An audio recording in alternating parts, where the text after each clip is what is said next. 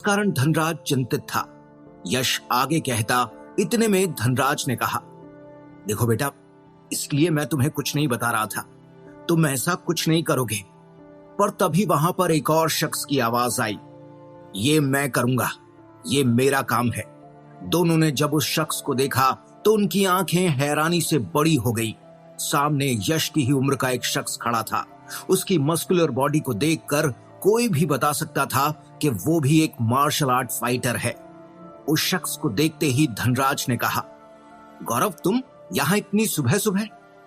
तभी यश ने कहा, हाँ पापा, गौरव को मैंने यहां बुलाया था। हम दोनों आज अपर लेवल की टेक्निक्स की प्रैक्टिस करने वाले थे, पर इसी बीच आप यहां इस हालत में आ गए। यश के इतना कहते ही गौरव उन दोनों के पास आया और बोला, हाँ, पर अच्छा हुआ आप यहां आ गए। अब आप उस शख्स का नाम बताइए, मैं उसे अपनी टेक्निक से ऐसा सबक सिखाऊंगा कि वो जिंदगी भर मेरा नाम नहीं भूल पाएगा। गौरव की बात सुनते ही धनराज ने कहा, नहीं नहीं गौरव बेटा, तुम यश के दोस्त हो और मैं नहीं चाहता कि मेरे कारण तुम किसी मुसीबत में पड़ो। इसी बीच यश ने कहा, पर मैं तो आपका बेटा हूं ना, इसलिए ये मेरा फर्ज है पापा, आप मुझे नहीं रोक सकते। इतना कहकर यश ने अपनी मुट्ठी भींच ली। धनराज को समझ नहीं आ रहा था कि वो अपने बेटे को कैसे समझाए। इसी बीच गौरव ने कहा, ठीक है अंकल, आज आपने एहसास करवा दिया कि मैं इस घर का नहीं हूं, अच्छा है। इतना कहने के बाद गौरव ने यश से कहा, और तू साले, तुझे मैं अपना भाई कहता हूं, आज तूने भी पराया कर दिया। कहते हुए गौरव वहां से जाने लगा। इसी बीच धनराज अपना दर्द बर्दाश्त करते हुए उठा और उसने गौरव का हाथ पकड़ लिया। गौरव का हाथ पकड़ते ही धनराज ने कहा, देखो, मुझे तुम दोनों पर पूरा भरोसा है, पर मैं इस वक्त शांत रहना चाहता हूं। मुझे अपने बिजनेस में ध्यान देना है, और वैसे भी मेरी ये हालत जिसने की है ना, वो बहुत बड़ी शख्स है। वो एक तरह से सभी छोटी कंपनियों में राज करती है। इतना कहने के बाद धनराज आयशा के बारे में बताने लगा। पूरी बात सुनने के बाद गौरव ने दांत भींचते हुए कहा, एक लड़की ने आपकी ये हालत कर दी। माफ करना अंकल, बट मुझे सच में बहुत अजीब लग रहा है ये सुनकर कि एक लड़की ने आपकी। गौरव आगे कुछ कहता, इतने में यश ने उसे चुप रहने का इशारा किया। गौरव के चुप होते ही यश ने अपने पापा से कहा, पापा आप जाइए, आराम कीजिए, मैं तब तक गौरव से बात करता हूं। यश की बात मानकर धनराज अपने घर के अंदर चला गया। उसके जाते ही गौरव ने कहा, भाई सीरियसली, मतलब तू समझ रहा है? गौरव आगे कहता, इतने में यश ने कहा, हाँ मैं सब समझ रहा हूं और मुझे तुझसे ज्यादा गुस्सा आ रहा है। अच्छा, तो फिर तूने क्या सोचा है? उस आयशा को कैसे सबक सिखाना है? कोई प्लान है? गौरव ने बेकरार होते हुए पूछा। उसकी ये बात सुनते ही यश के चेहरे पर एक कुटिल मुस्कान आ गई।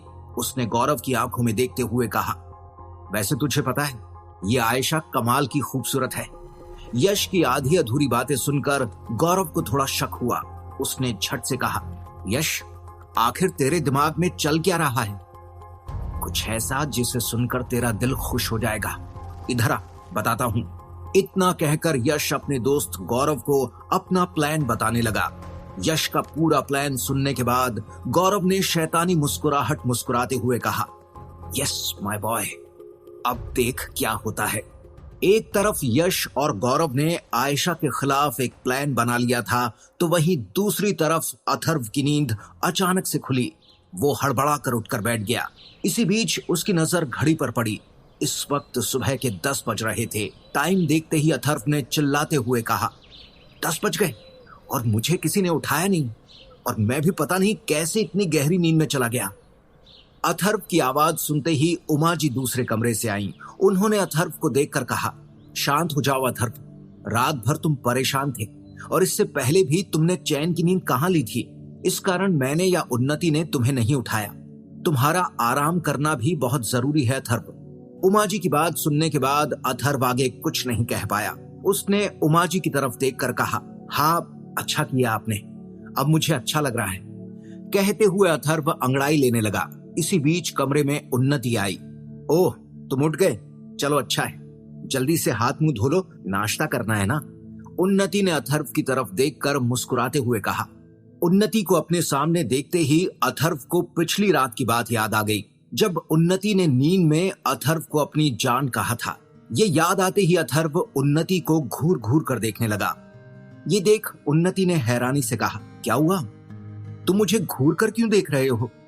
उन्नति के मुंह से ये बात सुनते ही अथर्व ने अपने मन में कहा, वाह, देखो तो कितनी अच्छी एक्टिंग कर रही है। पर उन्नति मैडम, तुम्हारा ये नाटक अब नहीं चलेगा, तुम्हें तो मैं बताऊंगा। कहते हुए अथर्व उठा और उन्नति के पास जाकर खड़ा हो गया। उन्नति बड़ी ही हैरानी से अथर्व को देख रही थी। तभी अथर्व ने उन्नति को पकड़ लिया और अपने करीब खींच लिया। ये देखते ही उमा जी पहले तो हैरान हुई, पर फिर उन्होंने अपना सिर दूसरी तरफ कर लिया। हे भगवान, ये क्या कर रहे हो तुम? दूर हटो मुझसे। उन्नति ने खुद को अथर्व की पकड़ से छुड़ाने की कोशिश करते हुए कहा। ये देख अथर्व ने कहा, क्यों छोड़ूं? तुम्हारी जिम्मेदारी ली है मैंने, तुम मुझसे दूर क्यों भाग रही हो? जब तुम्हारी याददाश्त नहीं गई थी तो हर सुबह मुझे ऐसे ही पकड़कर गुड मॉर्निंग बोलती थी। अथर्व ने जैसे ही ये कहा, उमा जी झट से उसकी तरफ मुड़ी और अथर्व को हैरानी से देखने लगी। उन्होंने मन में कहा, ये कब होता था? आखिर ये अथर्व कर क्या रहा है उन्नति के साथ? उमा जी खुद से कहते हुए अथर्व को देख रही थीं। इसी बीच अचानक से अथर्व ने उमा जी को आंख मारकर इशारा किया। अथर्व के इस इशारे को उमा जी तुरंत समझ गईं। अथर्व जो भी करेगा अच्छा करेगा, वैसे भी उन्नति उसकी ही है। मन में कहते हुए उमा जी ने दोबारा से अपना सिर घुमा लिया। वहीं उन्नति अब तक अपने ख्यालों में खोई हुई थी। ये देखकर अथर्व ने कहा, नहीं, मैं सोच रही थी कि ऐसा मैं कब करती थी। उन्नति ने चेहरा बनाते हुए कहा। उसकी ये बात सुनते ही अथर्व ने कहा, अगर तुम्हें इतना याद रहता तो तुम्हारी याददाश्त जाती क्या? बोलो। इसलिए ये सब छोड़ो और मुझे गुड मॉर्निंग बोलो। इतना कहकर अथर्व उन्नति का हैरान चेहरा देखने लगा, पर तभी उन्नति ने भोलेपन से कहा, गुड मॉर्निंग। ये सुनते ही अथर्व ने मुंह बना लिया और फिर कहा, ये कैसा गुड मॉर्निंग है? तो अब क्या, गुड मॉर्निंग और कैसे बोला जाता है? उन्नति ने हैरानी से पूछा। उसकी ये बात सुनते ही अथर्व ने मुस्कुराते हुए कहा, अरे जैसे पहले करती थी, गाल पर किस देकर। अथर्व के मुंह से जैसे ही ये निकला, उन्नति की आंखें हैरानी से बड़ी हो गई। वहीं उमा जी को भी एक झटका लगा। उन्होंने मन में कहा, कहीं मैं कोई सपना तो नहीं देख रही, या उम्र होने के कारण मुझे भ्रम तो नहीं होने लगा है। उमा जी खुद से ये सब कह ही रही थी, इतने में उन्नति ने कहा, पागल हो गए हो क्या? छोड़ो मुझे। ऐसे कैसे? तुमने आदत लगाई है। चलो अभी दो, नहीं तो मैं कुछ भी कर सकता हूँ। अथर्व ने उन्नति को अपनी बाहों में कसकर जकड़ते हुए कहा। ये देख उन्नति परेशान हो गई। उसने उमा जी की तरफ देखते हुए कहा, दादी, आप वहां चुपचाप क्यों बैठी हैं? आप कुछ कहती क्यों नहीं अथर्व को? सुबह सुबह इसका माथा घूम गया है। उन्नति की ये बात सुनते ही अथर्व ने मन में कहा, अब तो सच बोल दो उन्नति, मैं जानता हूँ तुम सब कुछ भूलने का नाटक कर रही हो। अथर्व खुद से ये सब कह रहा था, तभी उन्नति ने उमा जी से दोबारा कहा, दादी आप कुछ कहिए ना। ये सुनते ही उमा जी दोनों की तरफ मुड़ी और कहा, अब मैं भला इस उम्र में क्या कहूँ? तुम लोग अपना देख लो, मेरी उम्र थोड़ी है इन सब मामलों में पड़ने की। कहते हुए उमा जी कमरे से बाहर निकल गईं। उनके निकलते ही उन्नति चौंकते हुए बोली, अरे आप खुद को मेरी दादी कहती हो, और ये गलत है। कुछ गलत नहीं है, तुम्हें याद नहीं है इसलिए तुम्हें गलत लग रहा है। अथर्व ने अपनी आवाज सख्त करते हुए कहा। उसकी बात सुनते ही उन्नति ने अथर्व की आंखों में देखते हुए कहा, हाँ तो मुझे अभी याद नहीं है ना, चलो छोड़ो मुझे, जब याद आ जाएगा तब ले लेना अपना गुड मॉर्निंग। इतना कहकर उन्नति ने एक झटके से खुद को अथर्व की पकड़ से छुड़ा लिया और मुंह बनाते हुए बोली, मेरे साथ कुछ करने की कोशिश भी मत करना, मैं मार दूंगी। इतना कहकर उन्नति उस कमरे से चली गई। उसके जाते ही अथर्व पेट पकड़कर हंस पड़ा। वो आज पहली बार इस तरह से खुलकर हंस रहा था। उन्नति, तुम्हें तो मैं सबक सिखा कर रहूंगा और तुम्हारी पोल खोल कर रहूंगा, बस देखती जाओ आगे क्या होता है। अथर्व ने उन्नति का चेहरा याद करते हुए कहा और मन ही मन कुछ सोचने लगा। एक तरफ अथर्व से उन्नति परेशान होकर कमरे से बाहर चली गई थी, तो वहीं दूसरी तरफ विक्रम जब नाश्ता करने के लिए आया तो उसे एक बड़ा झटका लगा। उसकी कुर्सी खाली नहीं थी, बल्कि उसकी कुर्सी पर वीर बैठा हुआ था। विक्रम की एक खास कुर्सी थी जिस पर वो नाश्ता करता था, और उस कुर्सी पर बैठने की हिम्मत कोई भी नहीं करता था। इस कारण जब विक्रम ने वीर को अपनी कुर्सी पर बैठा देखा तो उसके होश उड़ गए। उसने खुद को समझाते हुए कहा, विक्रम वो तुम्हारा भाई है, शांति से बात करो। बाकी लोगों को नहीं पता चलना चाहिए कि वीर तुम्हारी बात नहीं मानता।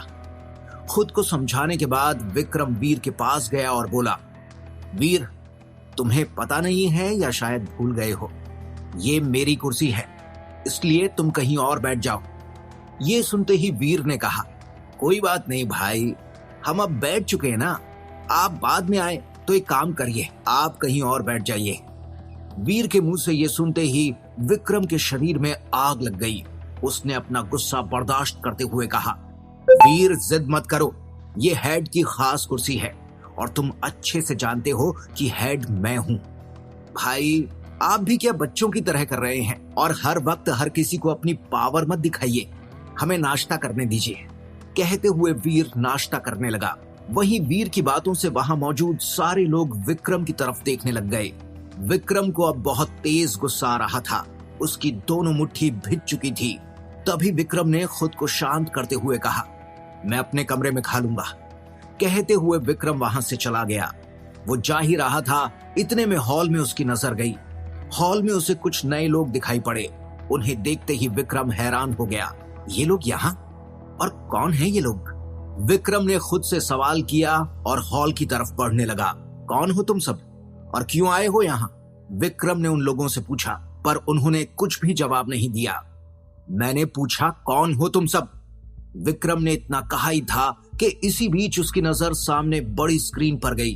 स्क्रीन पर विक्रम ने कुछ ऐसा देखा जिसे देखकर उसके होश उड़ गए। ये सब क्या पागलपन है?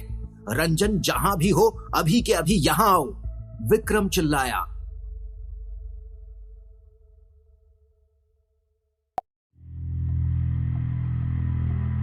विक्रम वीर से बहस करने के बाद बिना नाश्ता किए अपने कमरे की तरफ जाने लगा। तभी उसे हॉल में कुछ लोग दिखाई दिए जिन्हें वो नहीं जानता था। उन्हीं लोगों से सवाल पूछने पर जब विक्रम हॉल में आया तो उसे सामने स्क्रीन पर कुछ ऐसा दिखा कि उसके होश उड़ गए। उस बड़ी सी स्क्रीन पर विक्रम के मेंशन का हर एक कोना दिखाई दे रहा था और कौन सा गार्ड कहां क्या कर रहा है ये सब भी दिख रहा था। विक्रम ने जब हर जगह अपने गार्ड्स की बजाय नए लोगों को देखा तो उसके होश उड़ गए थे। पूरे मेंशन में उसे नए नए चेहरे दिखाई दे रहे थे। उसने सुरक्षा के लिए जितने भी गार्ड्स रखे थे वो उसे कहीं भी दिखाई नहीं दे रहे थे। उसे कुछ समझ नहीं आ रहा था। विक्रम का दिमाग 1 मिनट के लिए काम करना बंद कर चुका था, पर तभी अचानक से विक्रम जोर से चिल्लाया, ये सब क्या पागलपन है? रंजन जहां भी हो अभी के अभी यहां आओ। विक्रम की आवाज इतनी तेज थी कि सारे लोग जो टेबल पर नाश्ता करने बैठे थे उनकी रूह कांप उठी।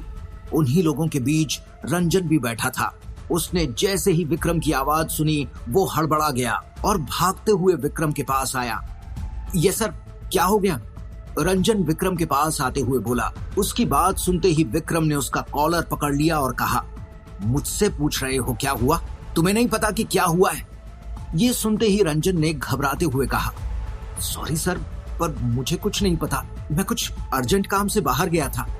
रंजन की बात सुनने के बाद विक्रम ने उसे स्क्रीन की तरफ दिखाते हुए कहा, ये सब क्या है? देखो और बताओ, हमारे सारे गार्ड्स कहाँ गए और उनकी जगह ये लोग कौन है? रंजन ने जब स्क्रीन पर उन नए चेहरों को देखा तो उसके होश उड़ गए।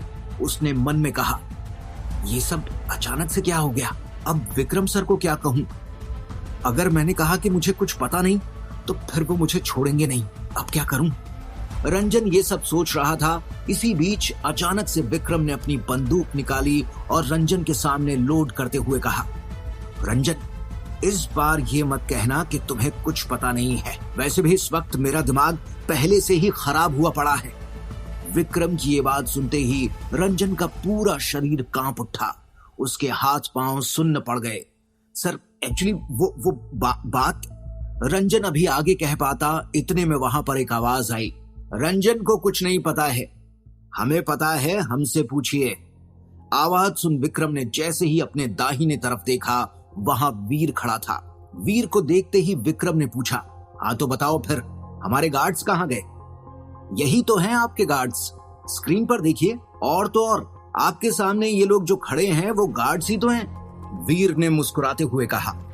वीर की बात सुनते ही विक्रम ने अपने आप को शांत करते हुए कहा, वीर, मैं उन गार्ड्स की बात कर रहा हूं जिन्हें मैंने रखा था, जो आज से पहले मेंशन में मौजूद थे। वो कहां हैं? भाई, उनको हमने छुट्टी दे दी। वो क्या है ना, सालों की तोन निकल आई थी। उन्हें देखकर लगता था उनको खुद किसी गार्ड की जरूरत है। वो क्या ही अच्छे से अपना काम कर पाएंगे। और भाई, आपको तो पता है हमें फिट लोग पसंद हैं, इसलिए हमने इन लोगों को रखा है। इनको देखिए, सारे के सारे एकदम फिट हैं। किसी किसी के तो एब्स हैं। अब देखना भाई, जब लोग आपसे मीटिंग करने आएंगे तो उनकी नजर इन गार्ड्स पर पड़ेगी, तो आपका इंप्रेशन बनेगा। वीर ने अपनी पूरी बात बताई। पूरी बात सुनते ही विक्रम का मुंह खुला का खुला रह गया। वहीं रंजन ने अपना सिर पकड़ लिया। उसने अपना सिर पकड़ते हुए कहा, ये क्या कर दिया वीर ने? विक्रम सर को ये बिल्कुल भी नहीं पसंद कि कोई उनके गार्ड्स को उनसे बिना पूछे हटाए। अब क्या होगा? ओ गॉड, कहीं इस घर में दो भाई आपस में लड़ ना बैठे। खुद से कहते हुए रंजन थोड़ा पीछे हट गया और उसने अपना सिर झुका लिया। तभी विक्रम ने वीर से कहा, तुमने जो भी किया अच्छे इंटेंशन के साथ किया होगा, पर क्या तुमने एक बार भी मुझसे पूछा? हाँ, बताओ। ये सुनते ही वीर ने हंसते हुए कहा, पूछना क्या भाई, हम भी तो इसी घर में रहते हैं। इतना तो हमारा हक है। आपने हमें सालों से इस घर से दूर रखा। आखिर अब जब हम आए हैं तो फिर पुराने नियम कानून को बदलना होगा ना। बस हमने शुरुआत कर दी, आप देखते जाइए भाई, हम सब कुछ अपग्रेड कर देंगे। आप बस चिल कीजिए। इतना कहकर वीर वहां से चला गया। उसके जाते ही विक्रम ने अपनी मुट्ठी भींचते हुए कहा, क्या करूं मैं इस लड़के का? इसने तो मुझे बर्बाद करने के बारे में सोच लिया है। इतना कहते ही विक्रम रंजन की ओर मुड़ा और कहा, रंजन, 1 घंटे के अंदर अंदर मुझे मेरे पुराने गार्ड्स वापस चाहिए। काम हो जाएगा? हाँ सर, हो जाएगा, रंजन ने सिर झुकाए ही कहा। इसके बाद विक्रम खुद के गुस्से की आग में दहकता हुआ वहां से चला गया। एक तरफ विक्रम वीर से तंग आ चुका था, तो वहीं दूसरी तरफ अथर्व इस वक्त नहाने जा रहा था। वो अपने कपड़े निकाल रहा था। इसी बीच कमरे में उन्नति आई और कुछ काम करने लग गई। इसी बीच उन्नति नजर बचाकर अथर्व को देख भी रही थी। अथर्व ने यह गौर कर लिया था। ये देखते ही उसके मन में एक आइडिया आया। अब देखता हूं इस बार मुझसे कैसे बचती हो उन्नति। मन ही मन इतना कहकर अथर्व बाथरूम के अंदर चला गया। पर अगले ही पल उसने बाथरूम से आवाज देते हुए कहा, उन्नति, मैं तौलिया बाहर ही भूल गया, जरा देना तो। ये सुनते ही उन्नति झल्ला गई। उसने खुद से कहा, अजीब आदमी है ये, तौलिया कौन भूलता है? कहते हुए उन्नति उठी और तौलिया लेकर बाथरूम के दरवाजे के पास खड़ी हो गई। तभी उसने कहा, मैं यहीं तौलिया रख देती हूँ, तुम ले लेना। कहकर उन्नति ने तौलिया रखा और वहां से जाने लगी। तभी अथर्व ने उसका हाथ पकड़ लिया और उसे बाथरूम के अंदर खींच लिया। ये क्या कर रहे हो तुम? तुम्हारा दिमाग तो खराब नहीं है? ये देखकर उन्नति ने आगे पूछा, 1 मिनट, तुमने तो कपड़े पहने हुए हैं। हाँ तो? अथर्व ने आंख दिखाते हुए पूछा। ये सुनते ही उन्नति बोली, तो फिर मुझसे तौलिया क्यों मांगा? खुद आकर ले लेते। उन्नति की बात सुनते ही अथर्व ने कहा, ऐसे कैसे ले लेता?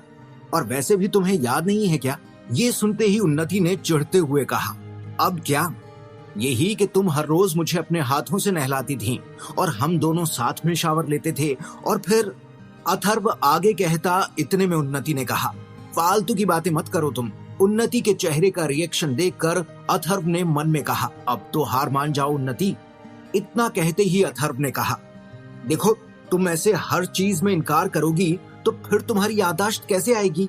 इसलिए चलो, जो कहा है वो करो। ये सुनते ही उन्नति भड़कते हुए बोली, तुम मुझे ये सब नहीं बोल सकते। आई बात समझ में? अच्छा, और क्यों नहीं बोल सकते? अथर्व ने झट से पूछा। इस पर उन्नति ने जवाब दिया, बस नहीं बोल सकते, और मैं ये सब नहीं करूंगी। हाँ तो बताओ ना, क्यों नहीं बोल सकता? हाँ? अथर्व ने अपनी आवाज ऊंची करते हुए कहा। इस पर उन्नति ने भी चिढ़कर कहा, अरे क्योंकि मुझे याद है कि मैं ये सब कुछ करती ही नहीं थी। तुम जो मेरे इतने पास खड़े हो, पहले तो नहीं रहते थे। मैंने कितनी कोशिश की थी, मुझे याद नहीं है क्या? यहाँ तक कि जब राज के साथ मैं वक्त बिताने लगी थी, उस समय भी तुम। कहते कहते अचानक से उन्नति को एहसास हुआ कि वो फ्लो में कुछ ज्यादा ही बोल गई। उसे जैसे ही एहसास हुआ वो चुप हो गई और इधर उधर देखने लगी। तभी अथर्व ने कहा, बोलो बोलो बोलो, चुप क्यों हो गई? तुम्हारी तो याददाश्त चली गई थी ना, तो फिर ये सब बातें कैसे याद हैं? अथर्व ने जैसे ही ये सब कहा उन्नति के होश उड़ गए। उसे समझ नहीं आ रहा था कि वो क्या जवाब दे। उन्नति एक पल में ही पसीने से भीग चुकी थी। तभी अथर्व ने उन्नति के चेहरे पर फूंक मारते हुए कहा, ज्यादा गर्मी लग रही है उन्नति मैडम, पर आपने तो मेरे सवालों का जवाब ही नहीं दिया। देखो अथर्व, वो मैं इतना कहते ही उन्नति ने बाथरूम का दरवाजा खोला और बाहर भाग गई। उन्नति को बाहर भागते देख अथर्व ने चिल्लाते हुए कहा, उन्नति तुम भागकर जाओगी कहां? रुको, मैं अभी तुम्हें बताता हूं। तुम्हें बताना होगा कि आखिर तुमने ये सब किया क्यों। कहते हुए अथर्व बाथरूम से निकला और उन्नति के पीछे भागा। यहाँ अथर्व को अब पता चल चुका था कि उन्नति भूलने का नाटक कर रही थी, तो वहीं दूसरी तरफ यश और गौरव बिल्डिंग के बाहर खड़े थे। इस वक्त उनकी आंखों में एक जुनून दिखाई दे रहा था। वो आयशा को सबक सिखाने के बारे में सोच रहे थे। तभी गौरव ने कहा, भाई तूने अपने पापा को कुछ बताया तो नहीं है ना?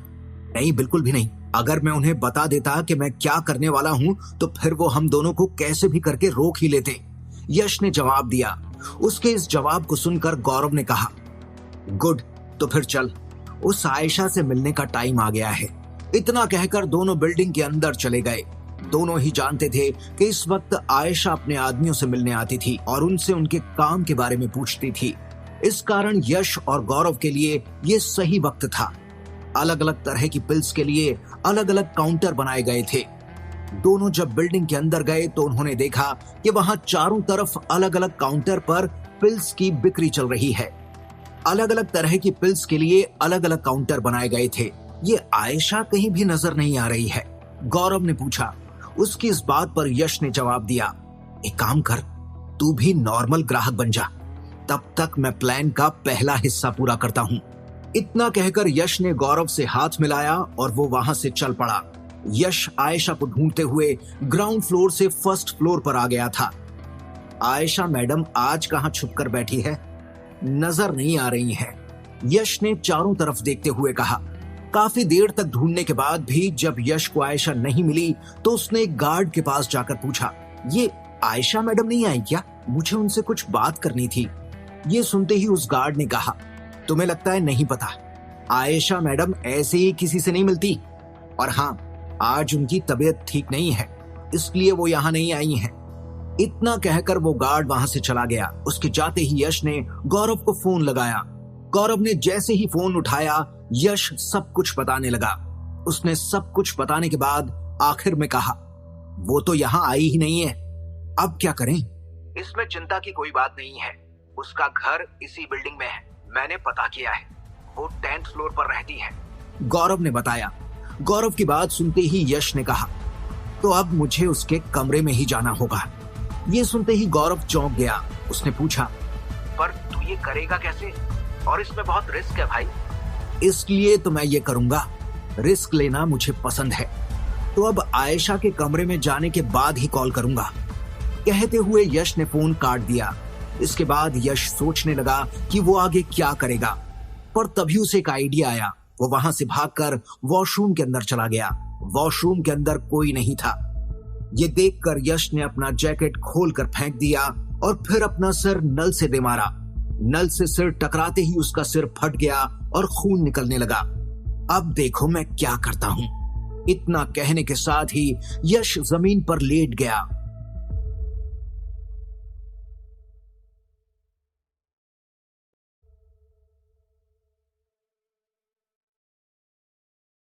ये मैं करूंगा, ये मेरा काम है। दोनों ने जब उस शख्स को देखा तो उनकी आंखें हैरानी से बड़ी हो गईं।